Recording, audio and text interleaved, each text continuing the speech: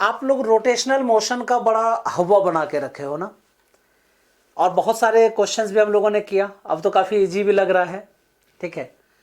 तो उसी के मतलब क्या कहते हैं, प्रोसीडिंग में एक क्वेश्चन और हम लोग कराते हैं। Two coaxial disc having moment of inertia I1 and I2, ध्यान दीजिएगा ये दो डिस्क है, ठीक है। इसकी मोमेंट ऑफ इनर्शिया कितनी है I1, और दूसरे वाले की कितनी है जी I2। देखो ये डिस्क है I2, ठीक है, और I2 की वैल्यू क्या है I1/2, ठीक है, I1/2 are rotating with respective angular velocity ω1 and ω1/2। Clear है, ω1 and ω1/2 about their common axis, ठीक है, about their common axis.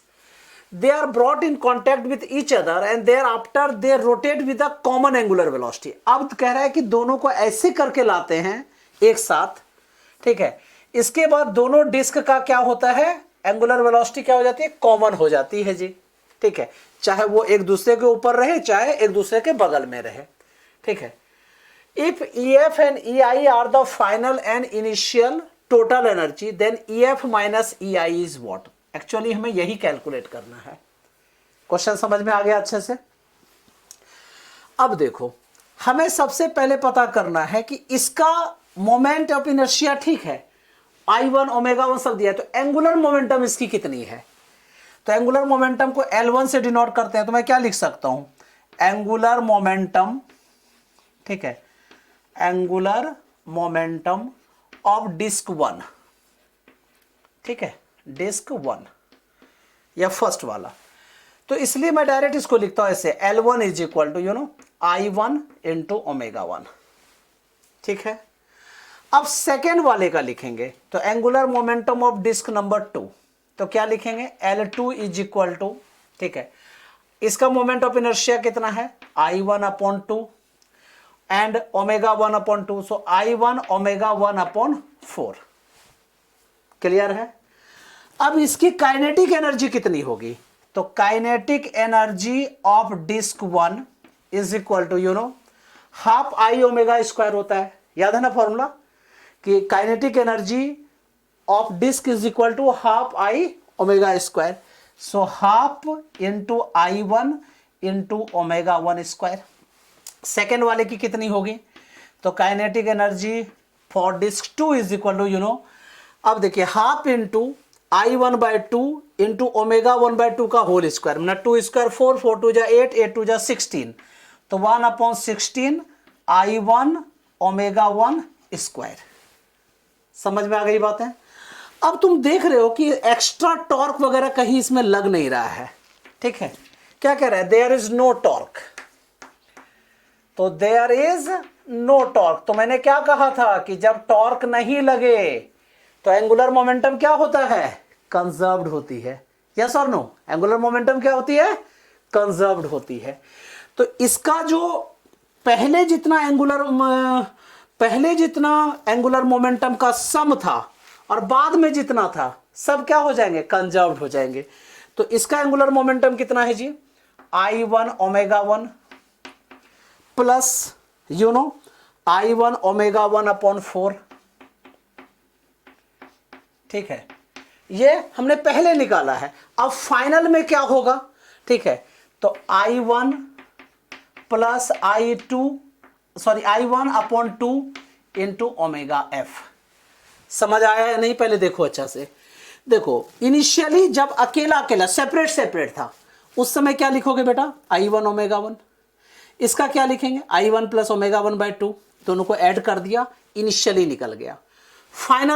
Final जब देयर इज नो टॉर्क, तो यहां मैं लिख देता हूं एंगुलर मोमेंटम इज कंजर्व्ड, जिससे समझने में दिक्कत ना हो, angular momentum is conserved. Clear.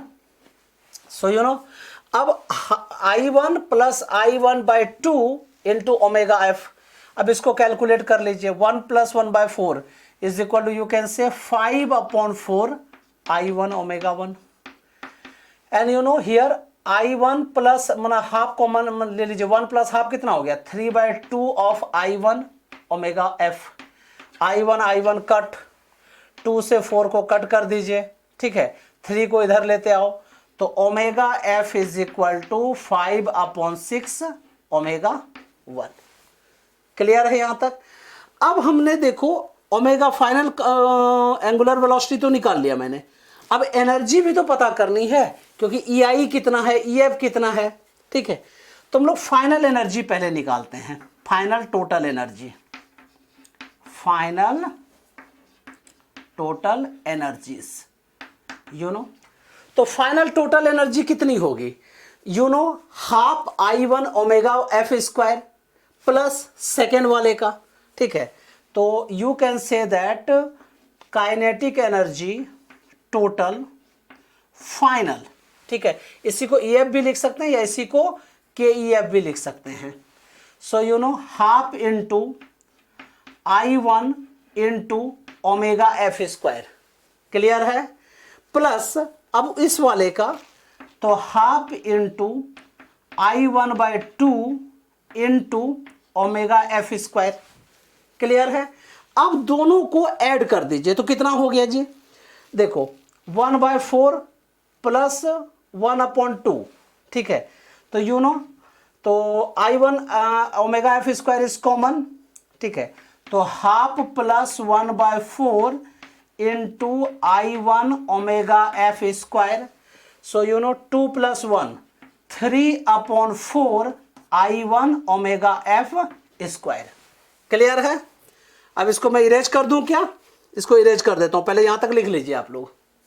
So you know EF is equal to, you can write here, EF is equal to 3/4 into I1 into omega F की वैल्यू कितना है 5/6 ओमेगा 1 होल स्क्वायर, पुट कर दीजिए, 5 स्क्वायर बिकम 25, 25 3 जा, you know 75/6 square, 36 into 4 become 144, yes or no, omega I1 omega 1 square. ये क्या आया है, फाइनल टोटल एनर्जी हमने कैलकुलेट की है। अब हम लोग इनिशियल टोटल एनर्जी कैलकुलेट कर लेते हैं जनाब, ठीक है। तो initial, you know, initial total energy, total energies, ठीक है। अब इनिशियल टोटल एनर्जी, तो you know I can write here EI, yes और नो, तो half into I1 omega 1 square plus half into I1/2 into omega 1/2 whole square, ठीक है। So you know half into I1 omega 1 square plus 2 square 4, 4 2 जा 8, 8 2 जा 16, ठीक है। तो 1/16 I1 omega 1 square, clear है। अब देखो I1 ओमेगा 1 स्क्वायर दोनों को कॉमन ले लीजिए, तो ये क्या हो गया, हाफ प्लस 1/16, ठीक है। एलसीएम निकाल लो, 8 + 1 9, 9/16 I1 into omega 1 square, clear है। क्वेश्चन क्या है कि EF माइनस EI हमें निकालना है, मीन्स दोनों एनर्जी का डिफरेंस निकालना है जनाब। तो EF minus EI equal to क्या होगा, इसमें से इसको माइनस कर दो, ठीक है। हमें क्वेश्चन ये पूछा गया ना, EF माइनस EI, तो you no 75/144 minus 9/16 and you know I1 omega 1 square is common, ठीक है। अब एलसीएम निकाल लीजिए, ठीक है। 16 75 144 9, ठीक है। तो 9 9 जो 81, सो माइनस कट कर दीजिए इसको, you know this one is the -1/24, yes 1/24 into I1 into omega 1 square, this is your answer. कौन सा नंबर है, -1 into means I1 omega 1 square upon 24, so your answer should be B number, clear है। तो देखो इस question को solve कैसे किया गया, पहले क्वेश्चन को समझने की कोशिश कीजिए। दो डिस्क दिया हुआ है, इसके मोमेंट ऑफ इनर्शिया दिए हुए हैं, क्लियर है। उसके एंगुलर वेलोसिटीज भी दिया हुआ है, पहले कह रहा है कि दोनों जो है अलग अलग रोटेट कर रहे थे जी, दोनों को एक कॉमन एक्सिस पे हमने रोटेट करना स्टार्ट कर दिया। तो कहता है अब दोनों के एनर्जी में क्या डिफरेंस आएगा, पहले जितना एनर्जी था जब विदाउट कॉमन एक्सिस था, अलग अलग था, और जब दोनों को कॉमन एक्सिस पर हम लोग रोटेट कर रहे हैं तो अब जो एनर्जी आई उस दोनों के एनर्जी में डिफरेंस क्या है। तो हमने क्या किया था, पहले हमने एंगुलर मोमेंटम निकाला, ठीक है। क्यों निकाला, सबसे बड़ा क्वेश्चन है कि क्यों निकाला।